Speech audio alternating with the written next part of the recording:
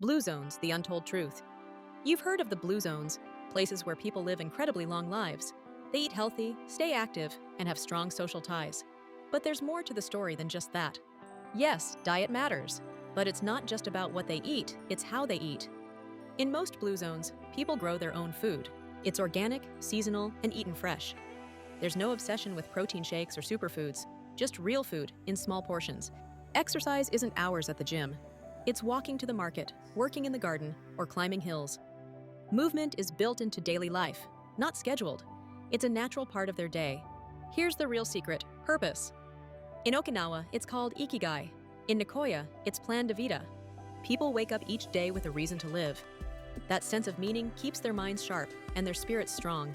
They're surrounded by strong community. Family comes first. Friends stay for life. Loneliness is rare. And perhaps the biggest untold truth? They live slowly, no rush, no hustle. Stress is low, and sleep is sacred. So yes, blue zones are inspiring. But the real lesson isn't about a perfect diet or workout. It's about simplicity, connection, and living with intention. That's the part no one talks about, but it might just be the most important key to living to 100.